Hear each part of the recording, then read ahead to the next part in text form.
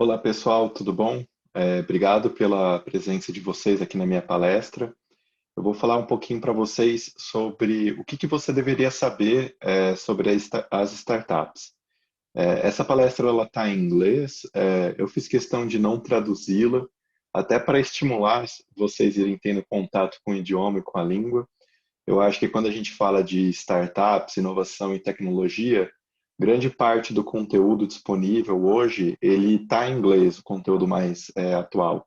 E eu vejo quanto que eu, 3, 4, 5 anos atrás, não tinha acesso a esse idioma, eu não era uma pessoa fluente, eu não conseguia navegar nele, mas essa apresentação, igual eu estou fazendo elas para vocês aqui em português, eu vou fazer ela, fiz ela, né, quer dizer, para o time Latam da Ericsson, que é uma das principais multinacionais de telecom e infraestrutura, de telefonia, né, hardware para conectividade, globalmente, e foi total em inglês. Então, para mim, foi até um marco legal, e eu trouxe meio que com esse objetivo, mas eu sempre vou traduzindo na medida do possível, para a gente bater esse papo que vai ser bem bacana também.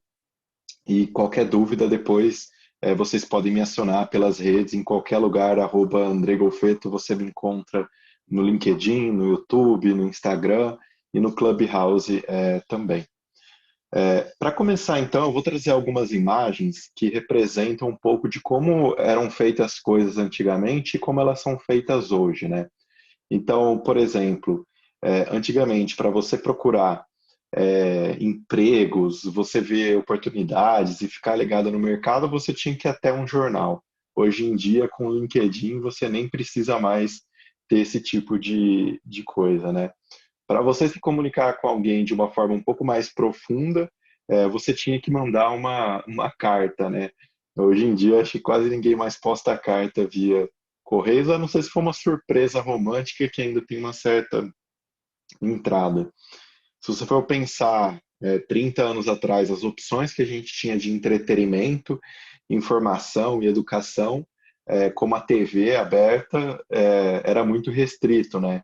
Hoje em dia, com o YouTube, com tanto de opções de competições, ficou uma guerra super acirrada também. E até mesmo como que era tirar as fotos e organizar as fotos em álbuns, né? E hoje praticamente está tudo aí disponível no seu Instagram, nas pastas antigas lá do Facebook, por mais que muita gente não use o Facebook, mas eu vejo que eu sou do interior de São Paulo, né, de Tupã, e muita gente ainda usa também. E como que a gente tinha o hábito de ligar, né? Usar o telefone, ia lá, discava, parecia um negócio super contraintuitivo. E hoje com o WhatsApp, eu mesmo como consumidor não consigo, não aturo alguém me ligando. Eu prefiro muito mais ser contactado pelo WhatsApp também por texto. E boa parte dessas startups surgiram dentro desse ecossistema que vocês estão vendo, que é o Vale do Silício, a Bay Area, que fica lá na Califórnia, mais conhecido ali também, São Francisco, né, uma cidade turisticamente mais forte, mas o Vale do Silício ele tem essa junção de atores que promovem o empreendedorismo, né?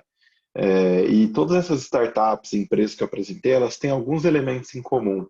Elas conseguiram inovar, elas conseguiram ganhar muito mercado, crescer a quantidade de usuários de uma forma exponencial, elas tiveram apoio de investidores e elas nasceram em um lugar muito efervescente, onde tem outras grandes empresas também.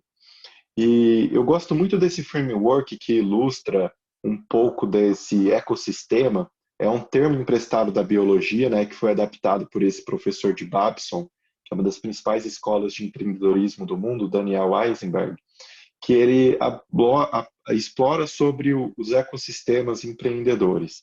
Então, é um conjunto de atores que têm relações em menor ou maior escala para contribuir com o desenvolvimento das atividades empreendedoras.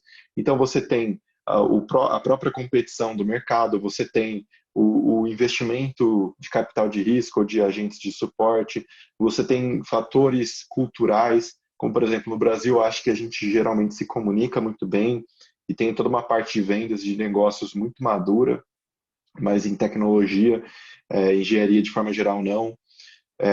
organizações de suporte como incubadoras, aceleradoras, universidades e por aí vai, que entra até no outro pilar, que é de educação de fato, e as próprias empresas do mercado também. Então, todos esses atores, a cultura, os órgãos de suporte, educação, capital humano, acesso ao mercado, as leis do governo também, o financiamento, tudo isso interage para fazer com que a atividade empreendedora flua e tenha um ótimo crescimento.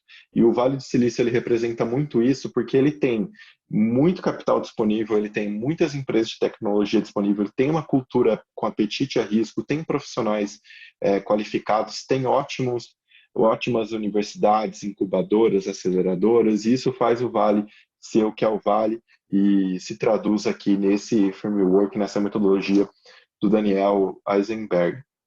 Eu gosto muito de ilustrar o impacto que o Vale tem nos negócios por meio de um grupo de empreendedores que surgiu lá, que é a máfia do PayPal, que são um grupo de empreendedores que criaram essa empresa de tecnologia tão bem sucedida que gerou uma disrupção inicial no mercado de meios de pagamento lá fora.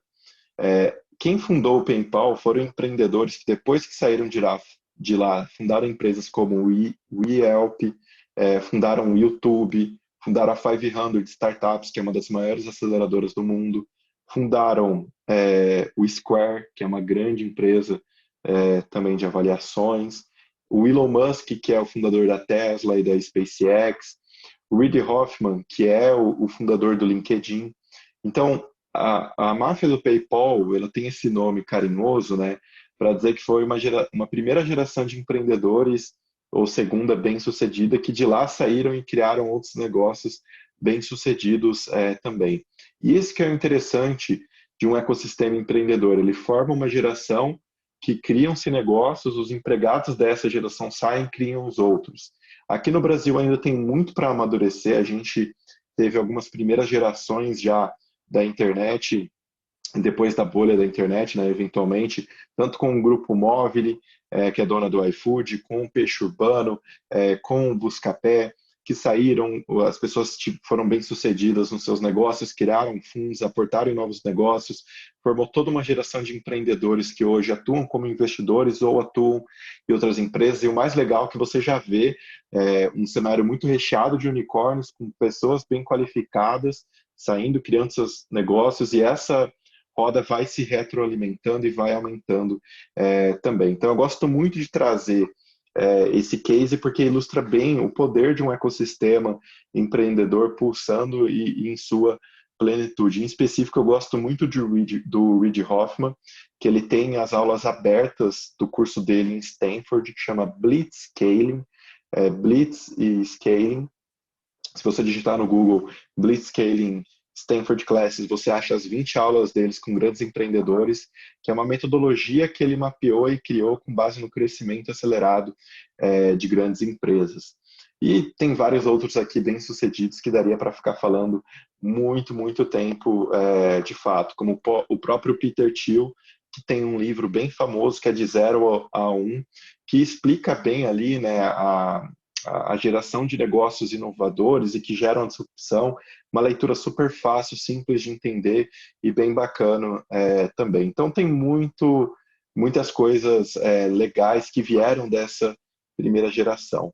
E agora aprofundando em um dos empreendedores que eu mais admiro, inclusive eu tenho um vídeo só dele falando lá no meu canal do YouTube, que eu acho que o Elon Musk, que ele tem uma visão muito ambiciosa, que é de tornar a sociedade, a humanidade, a primeira sociedade multiplanetária global do mundo, né? Isso é legal porque ele tem essa visão de colonizar Marte, parece super brisado, né? Mas ele consegue mesclar muito bem essa capacidade de sonhar grande, ambição, com a disciplina e execução do dia a dia. Ele é CEO de todas essas empresas, praticamente, todas são empresas bem-sucedidas. A Tesla é a maior montadora de carros hoje do mundo, em termos de valor de mercado, ultrapassando empresas tradicionais como a GM, Ford, a Renault-Nissan, Fiat e outras. E a SpaceX é a principal fornecedora da NASA, é uma empresa privada de exploração espacial que está aí nessa busca dessa missão aí de justamente conseguir, é, enfim, chegar em Marte também. E ele também tem uma empresa de energia solar, de explorações de energia sustentável, e por isso que eu acho que ele é um baita empreendedor que representa muito esse espírito de inovação, mas ao mesmo tempo é uma pessoa super low profile e muito executora também. Então, eu gosto muito de falar do Elon Musk. Quem tiver interesse pode entrar lá no meu YouTube e ver o vídeo que eu falo só sobre ele também. Mas todas aquelas empresas hoje, basicamente, né, são as maiores empresas do mundo, né? Esse grupo aqui, conhecido como as empresas mais valiosas da Bolsa em termos de tecnologia hoje, só para vocês terem uma ideia da valorização deles, o valor que eles tinham em 2017, no primeiro dia, e o valor que eles têm no primeiro dia de 2021, né? Um crescimento aí de 3 vezes praticamente, quanto que eles crescem em ritmo acelerado e cada um tem a sua característica única, né, que os torna gigantes de verdade. Então, o Facebook, com a sua grande gama de usuários, uma a cada 3 pessoas no mundo é usuário do grupo, seja via WhatsApp, seja via Instagram, seja via próprio Face, Messenger e outras plataformas. Eu acho que o Face tem essa capacidade de se adaptar rápido. Você vê que surgiu o Snapchat, cresceu bastante. Aí o Instagram foi lá e lançou a funcionalidade do Stories, meio que matou o Snap no Brasil. Então eles têm essa capacidade de se reinventar, de mover rápido, quebrar as coisas e arriscar, né? A Apple, que eu acho que é uma grande referência em produto. Quem tem iPhone ama, é viciado, é simples, é fácil de usar, é muito caro para a realidade brasileira, mas quem tem sabe o quanto que compensa e gosta. Se compensa ou não, a gente não sabe, mas que o negócio duro é bom. Eu acho que é uma referência em produto, com certeza é, né? A Amazon, que, enfim, tem uma capacidade de execução violenta, muito boa e grande, uma empresa mega referência nessa cultura de disciplina e execução. Começou com um varejo, se reinventou, teve que criar uma estrutura de dados pesadas. Dessa estrutura que eles criaram de dentro, de tecnologia, eles foram lá e exportaram isso para fora, que criou-se a AWS, que é um dos maiores players de cloud hoje do mundo, e o próprio CEO da AWS vai ser o CEO da Amazon no terceiro quarto, quando o Jeff Bezos vai estar saindo ali da operação também. A Microsoft, que para mim é como se fosse um Lego das grandes empresas, né? O tanto que ela vai se encaixando ali as suas soluções, se modularizando, e quase todo mundo usa, né? Usa o Windows, um baita de um sucesso, o sistema operacional mais utilizado, pacote Office. Tudo bem que o Google tem ali as suas soluções na nuvem, mas é muito mais fácil usar o pacote Office deles, né? Por mais que não é tão colaborativo, mas também é um grande player, uma grande referência, né? E o próprio Google, que, enfim, acho que é quase impossível viver hoje sem o Google, seja as buscas, seja o Gmail, seja o YouTube, seja o Maps, enfim, são empresas que estão no nosso dia a dia, são empresas que moldam o jeito que o mundo é hoje. Todas começaram com startups, todas têm uma cultura forte, todas têm ótima visão, todas têm uma capacidade de execução e todas são muito inovadoras porque está ali na sua cultura também. E tem uma nova empresa que está despontando e surgindo nesse grupo também, que é a Netflix. Inclusive, esse é o livro novo da Netflix, que no Brasil é A Regra Não Ter Regras, que conta um pouco dessa questão da autonomia que é despertada ali no dia a dia da cultura da empresa, e é muito bacana também, tem bastante coisa para ensinar para a gente. A Netflix com certeza já já vai estar nesses gráficos e nesses estudos, e é uma empresa que, enfim, quase todo mundo usa hoje, quase todo mundo é viciado, tem muitos usuários, está crescendo pra caramba, e é uma grande referência aí também em termos de disrupção, né? Uma empresa que começou como entregadora de DVD, a Blockbuster, que era a maior locadora, gigante na época, teve a oportunidade de comprar, achou que a Netflix era caro.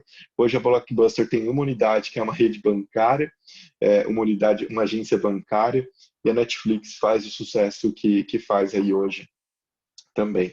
E até falando um pouco como que é a competição, né, dessas big techs, você vê que a concorrência ela está cada vez mais transversal, né?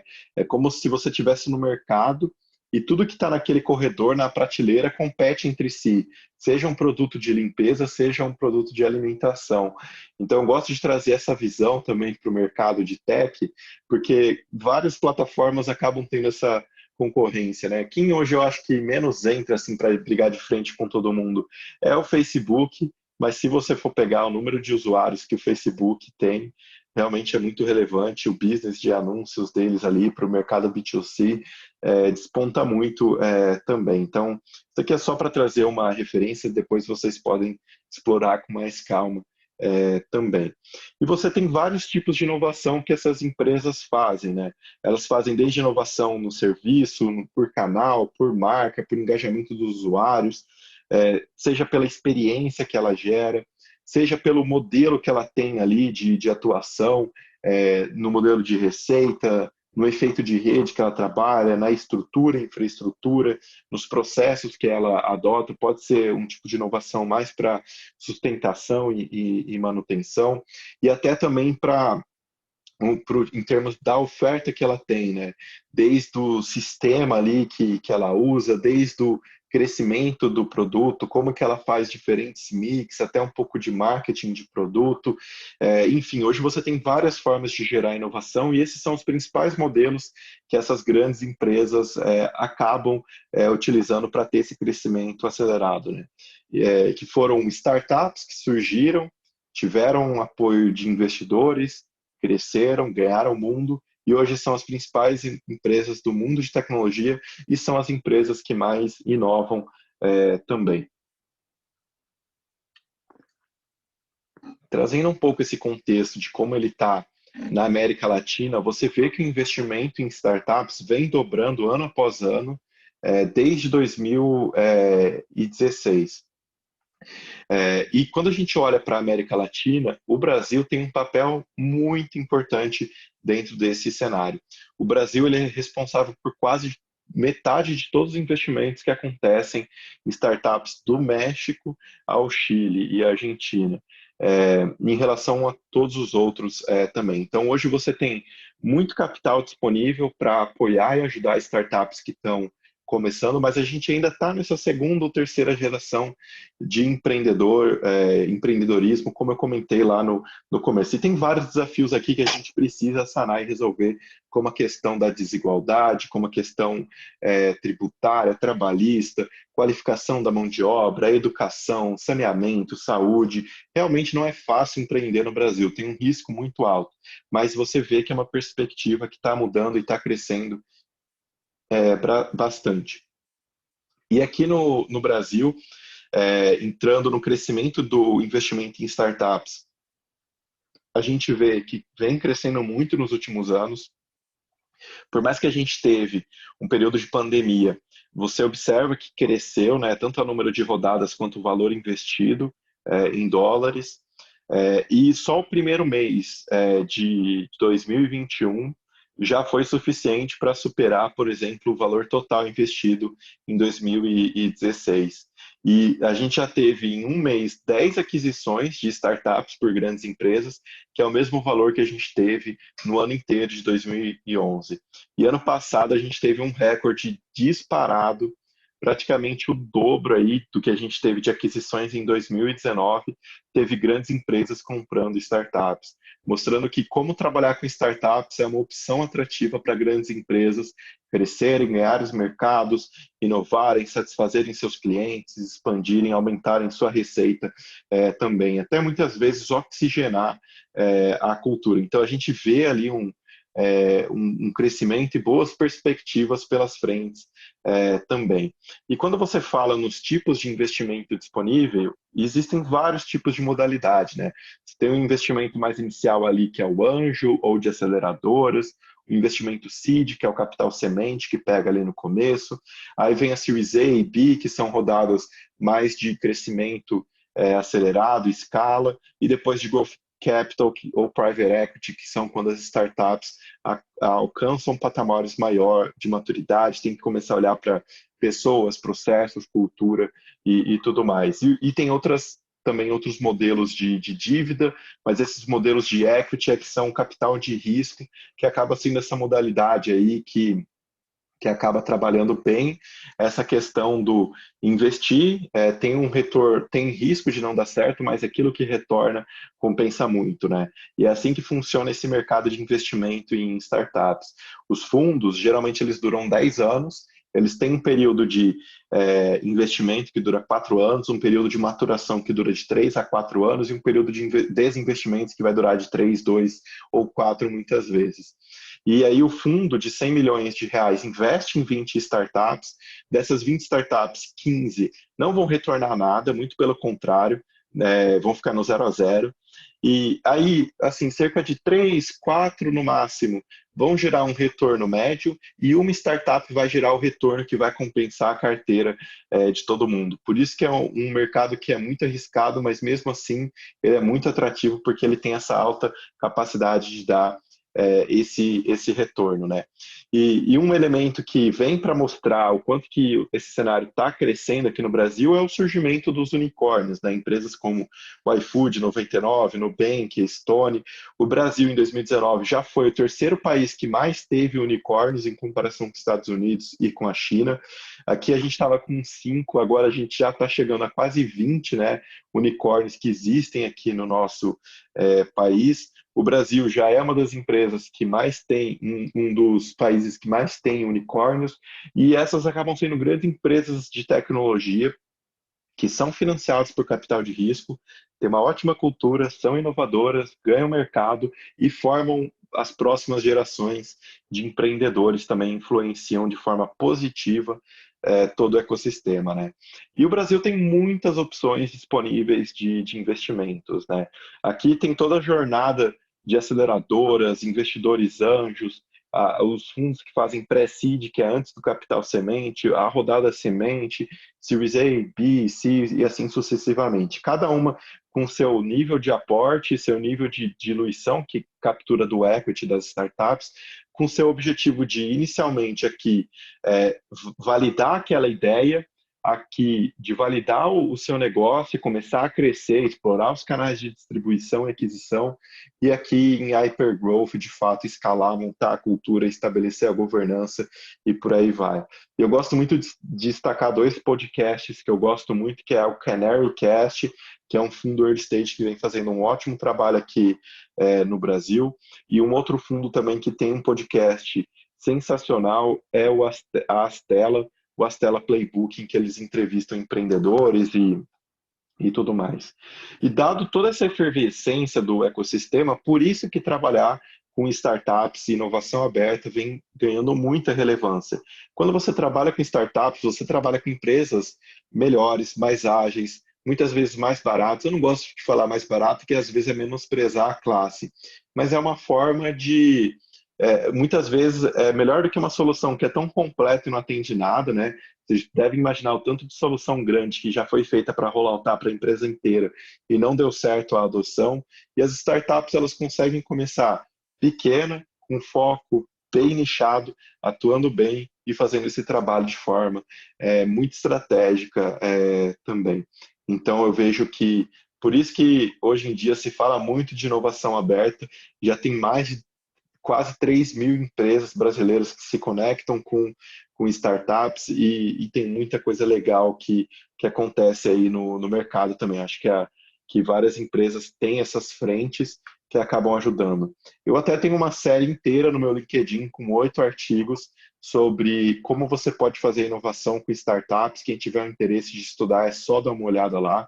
Esses são alguns players que existem que fazem essa aproximação, esse trabalho de educação, fomento a startups, são consultorias de inovação que atendem grandes empresas, são agentes são consultorias, são aceleradoras, quem tiver interesse pode estar seguindo elas, procurando, ficando ligado. E aqui explica um pouco mais para quem tiver o interesse de explorar também. E recentemente eu fiz um estudo que eu estudei o impacto das startups no Brasil. Eu peguei basicamente uma amostra bem grande de startups, quase 400 startups, e correlacionei com os Objetivos de Desenvolvimento Sustentável na ONU.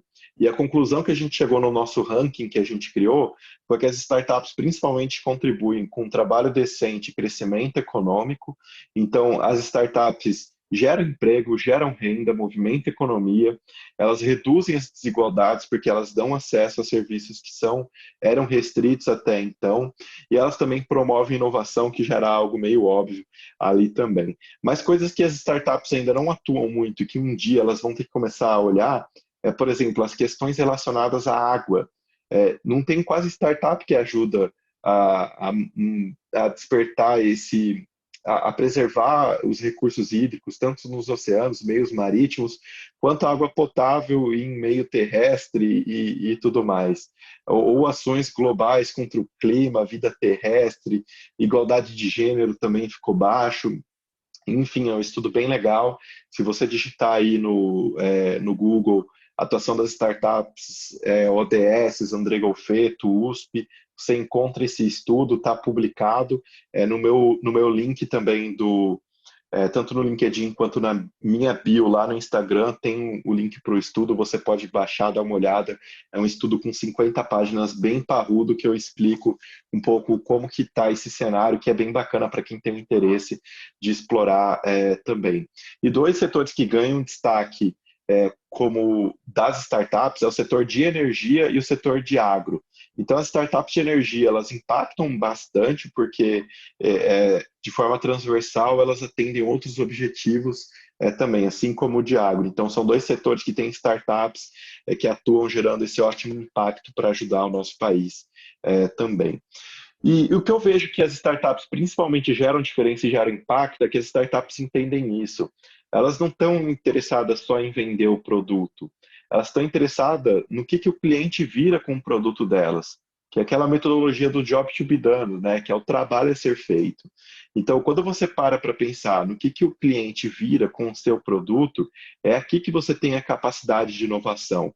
É aqui que todos aqueles cases que eu trouxe lá no começo exemplificam o que os empreendedores, fundadores e as pessoas daquelas empresas viram.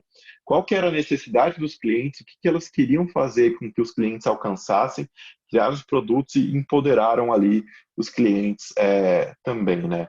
E toda startup, quando ela começa, ela vai para uma estrutura muito simples de entender qual que é o seu propósito, qual que é o problema que ela quer resolver, como ela vai atender aquilo de forma simples, por que agora é o melhor momento para resolver aquilo? Essa questão de time no mercado é super importante. Qual que é o tamanho da oportunidade? Se aquele mercado está crescendo? Qual que é a competição e como você se diferencia dela? É muito ruim quando o empreendedor assume que ele não tem competição. Isso não existe, sempre tem competição. Se não tem competição é porque o mercado é ruim. E aí, como que o produto ele é simples, fácil, funcional, tem uma experiência agradável, faz o cliente alcançar o objetivo dele? Como que a startup vai criar, entregar e capturar valor, que é o modelo de negócio? E quem que é o time que está por trás, né? Que é o critério mais importante no final do dia. São as pessoas que estão ali e promovem aquela cultura. E até os números financeiros que fazem o negócio parar de pé também. Então, toda startup, basicamente, ela passa por essa jornada de criar esses pontos e desenvolver isso. E aí, com um aporte de investidores, com desenvolvimento de cultura para manter a sustentação e, principalmente, com um ecossistema forte e aquecido, desde a competição do mercado, a formação de talentos, a camada de educação, a cultura que influencia diretamente aquela startup é que faz essas grandes empresas surgirem, gerarem disrupção e revolucionarem os seus mercados também. Então, essa foi a minha apresentação. Aqui tem a minha trajetória para quem quiser conhecer um pouco mais, onde eu conto como que a gente consegue conectar os pontos olhando para trás, né? Eu venho do interior de São Paulo, de uma família que tem uma rede de bares e restaurantes, e hoje eu trabalho no iFood com o objetivo de trazer novos negócios e produtos para empresas como a da minha família, então é legal ver como as coisas se conectam. Nesse meio tempo, eu me apaixonei pela área de administração, fiz graduação e também fiz um técnico na área, Fui muito tempo de empresa júnior, onde eu pude desenvolver várias habilidades de liderança, oratória, vendas, comunicação e organização, projetos, consultoria. Comecei trabalhando numa aceleradora de startups, onde fiz mais de 30 projetos de inovação aberta entre grandes empresas e startups, atendi mais de 20 grandes empresas, avaliei mais de 5.000 startups, trabalhei com dezenas delas. Dou aula também como professor convidado na pós-graduação da SPM em em três disciplinas relacionadas a esse universo, que é a captação de investimento, crescimento e desenvolvimento de clientes. Tem uma pós-graduação na USP, onde eu fiz aquele estudo do impacto das startups no Brasil, e também acabei de começar um mestrado em empreendedorismo na FEA, na USP, em que eu vou estar explorando um pouco dos impactos da captação de investimento na gestão de produtos da startups. Então é isso, pessoal. Espero que vocês tenham gostado. Se vocês quiserem continuar em contato, vocês me encontram por Andrei Golfeto em todas as redes sociais. Recomendo ali a leitura da monografia, que é algo bem legal para explorar no tema. E você também me encontra no Clubhouse ali, que eu estou puxando várias salas e conversas sobre esses temas de startups, tecnologia e inovação. Muito obrigado pela atenção. Qualquer dúvida é só chamar. Adorei receber o convite. Muito obrigado e tamo junto.